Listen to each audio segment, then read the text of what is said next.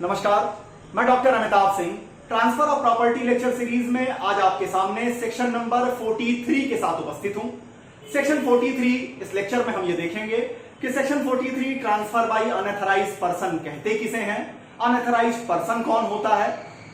राजा पक्षे versus Fernando के case में प्रीवी काउंसिल ने feeding the grant by estoppel कैसे स्टैब्लिश किया, एक एग्जाम्पल के जरिए समझेंगे इस ट्रांसफर को अनऑथराइज्ड पर्सन के। इंग्रेडिएंट्स जो कि 5 हैं इस सेक्शन में वो कौन कौन से हैं, और सबसे इंपॉर्टेंट इस सेक्शन पर सबसे लीडिंग केस आएगी जुम्मा मस्जिद वर्सेस कोदी मोनिंद्र डैनियल की, जहां पर ट्रांसफरर जो होगा वो चैलेंज करेगा अपने पहले के ट्रांसफर को सेक्शन 6A के ग्राउंड पर। वहां एक कंपैरिजन देखेंगे सुप्रीम कोर्ट के जरिए section 6A TPA versus section 43 का। शुरू करते हैं section 43 transfer by unauthorised person. Transfer of property को जब आप पढ़ेंगे तो यह स्पष्ट होगा सेक्शन 5 से सेक्शन 7 में भी कि कोई भी व्यक्ति जिसका एक प्रॉपर्टी में इंटरेस्ट है, एक प्रॉपर्टी का वो ओनरशिप रखता है, वो प्रॉपर्टी में अपने इंटरेस्ट को ट्रांसफर कर सकता है, वो कैपेबल है, उसके पास कैपेसिटी और पावर है ट्रांसफर करने की। लेकिन सेक्शन 43 उस सर्कमस्टांस की बात कर रही है, उस सिचुएशन को लेके चल रही है जहां जो ट्रांसफरर है वो ट्रांसफर करते समय एथराइज नहीं है, अनएथराइज है। आखिर कौन व्यक्ति अनएथराइज होगा? तो कहते हैं कि एक व्यक्ति जिसका ट्रांसफर के दिन प्रॉपर्टी में इंटरेस्ट नहीं है, अगर वो मिसलीड करता है दूसरे व्यक्ति को, वो मिसलीड करता है दूसरे व्यक्ति को कि मेरा इंटरेस्ट है, मुझ पर भरोसा कीजिए, आप ट्रांसफर एक्सेप्ट कीजिए, कोई दिक्कत नहीं है।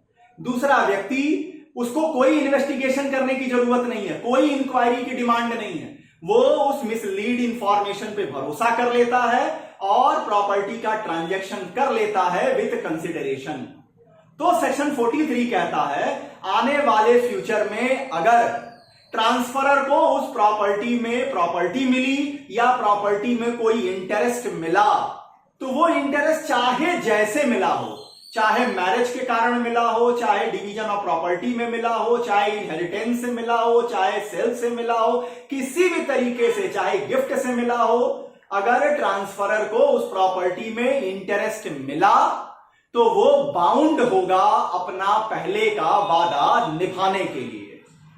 अगर हिंदी मूवी की भाषा में कहें तो जो वादा किया वो निभाना पड़ेगा, जो वादा किया वो निभाना पड़ेगा। अगर मिली है प्रॉपर्टी तुझको तो राजा जानी चुकाना पड़ेगा। समझते हैं इसे एक एग्जांपल से। ए जो है एक प्रॉपर्टी में कोई इंटरेस्ट 2020 में नहीं रखता, लेकिन वो मिसलीड कर रहा है बी को कि मेरा प्रॉपर्टी में इंटरेस्ट है और मैं आपको ये इंटरेस्ट ट्रांसफर करना चाहता हूं, ट्रांसफर कर रहा हूं। बी उस मिसलीड किए इंफॉर्मेशन पे भरोसा कर लेता है और ट्रांसफर विद कंसिडरेशन एक्सेप्ट कर लेता है। इसी ए को 2029 में उसी ट्रांसफर की हुई प्रॉपर्टी में इंटरेस्ट मिल जाता है, मैरिज के जरिए, किसी भी जरिए उसको इंटरेस्ट मिल जाता है। बी डिमांड कर रहा है कि आपको अब प्रॉपर्टी में इंटरेस्ट मिल गया, वो इंटरेस्ट मुझे ट्रांसफर कीजिए। ए अब अपने पहले किए प्रॉमिस को चैलेंज नहीं कर सकता, डिनाई नहीं कर सकता, उसे मिला हुआ इंटरेस्ट बी को ट्रांसफर करना होगा। इसी को कहते हैं ट्रांसफर बाय अनऑथराइज्ड पर्सन। यही कॉन्सेप्ट है सेक्शन नंबर 43 का। इसे सबसे पहले स्टैब्लिश किया राजा पक्षे वर्सेस फर्नांडो के केस में प्रीवी काउंसिल ने। प्रीवी काउंसिल ने कहा if a person creates a grant in an immovable property without having capacity and power with consideration, but afterward he gets interest in such property, then he can't deny earlier promise, or in other words we can say that he is bound to keep his promise। अगर एक व्यक्ति ने property में बिना interest रखे हुए mislead किया है दूसरे व्यक्ति को कि उसका इंटरेस्ट है, दूसरे व्यक्ति ने भरोसा किया और विथ कंसिडरेशन ट्रांजैक्शन हो जाता है, ट्रांसफर हो जाता है, तो आने वाले समय में अगर ट्रांसफरर को उस प्रॉपर्टी में कोई भी इंटरेस्ट मिलता है तो ट्रांसफरी डिमांड कर सकता है कि आपको जो इंटरेस्ट मिला वो मुझे ट्रांसफर कीजिए। ट्रांसफरर अपने पहले किए प्रॉमिस को अब डिनाई नहीं कर सकता। इस कॉन्सेप्ट को प्रीवी काउंसिल ने एस्टैब्लिश किया राजा पक्षे वर्सेस फर्नांडो के केस में और हेड बनाया feeding the grant by estoppel. Estoppel कहने का मतलब आपने जो कहा था अब आप अपनी बात से मुकर नहीं सकते।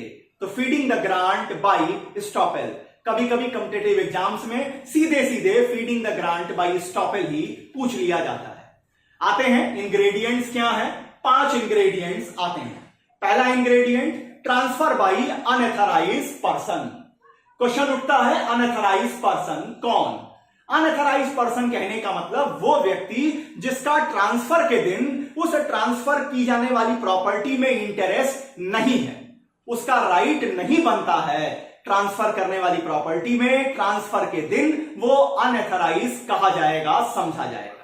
सेकंड इंग्रेडिएंट है सच transfer must be A fraudulent one. Fraudulent क्यों? इस पूरे सेक्शन 43 का जो क्रक्स है वो ये है कि ट्रांसफरर मिसलीड करे। अगर ट्रांसफरर ने मिसलीड किया है और ट्रांसफरी ने भरोसा किया है, भरोसा करना है, इंक्वायरी नहीं करनी है, इन्वेस्टिगेशन करने के लिए कोई ड्यूटी आपके ऊपर नहीं है।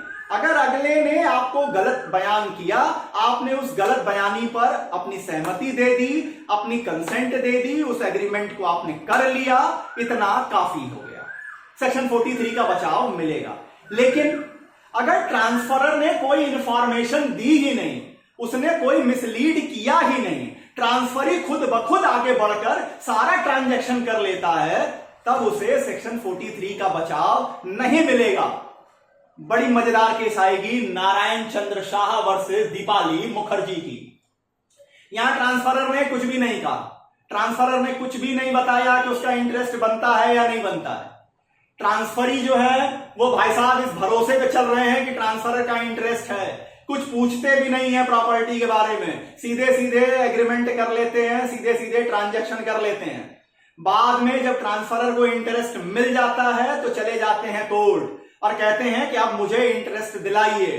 कोर्ट ने कहा आपने समझा नहीं।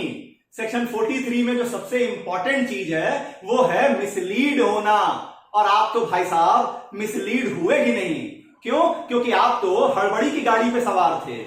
तो जब आप हड़बड़ी की गाड़ी पे सवार थे तो होने वाले एक्सीडेंट का खर्चा आप बियर करेंगे। ट्रांसफरर को यहां बचाव मिला, उसको सेक्शन 43 में किसी तरह की लायबिलिटी उसके ऊपर नहीं बनी।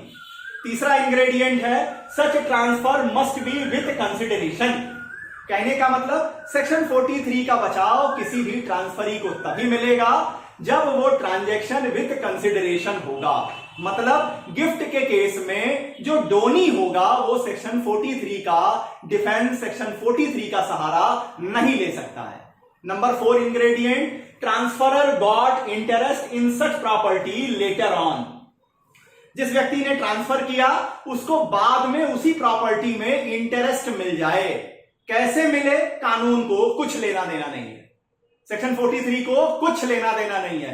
मैरिज के जरिए मिल जाए, डिवीजन ऑफ प्रॉपर्टी में मिल जाए, इनहेरिटेंस में मिल जाए, आपने बाय कर ली हो, आपको गिफ्ट मिल जाए, कहीं से मिल जाए, कैसे भी मिल जाए, बस जरूरी क्या है? इंटरेस्ट मिलना चाहिए। और नंबर 5 कहता है there must be demand by the transferee.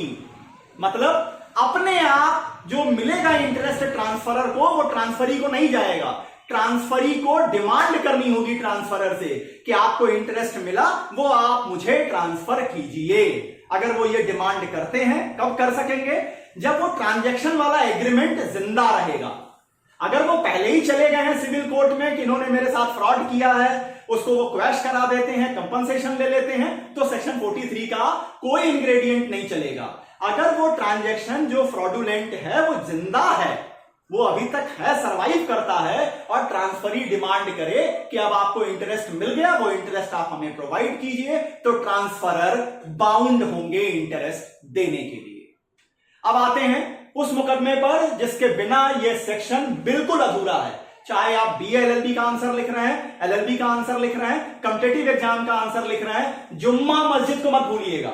जुम्मा मस्जिद वर्सेस कोदी मोनिंद्र डैनियल। केस के फैक्ट ये थे कि एक व्यक्ति को प्रॉपर्टी में इंटरेस्ट अभी नहीं मिले थे, लेकिन उसको इंटरेस्ट मिलने को थे। उसने अपने मिलने वाले इंटरेस्ट को 300 साल के लिए जुम्मा मस्जिद को ट्रांसफर कर दिया।